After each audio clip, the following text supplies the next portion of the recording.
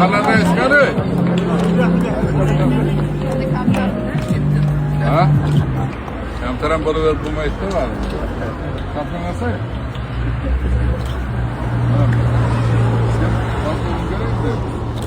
Mahallaniki bo'lganiga sen qaraysiz. Buni tumanga, xalqqa, qishloqlarimizga prezidentimizga e'tibori kuchaygan sari mana shunday kuchayib boryapti.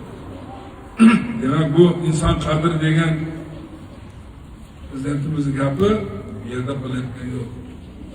Bu qarsak ikki qo'ldan chiqadi deb, sizlar ham harakat qilyapsizlar. Prezidentimizni ko'rsatib bergan yo'llari to'g'riligini bu hammasi isbot bo'lib turibdi.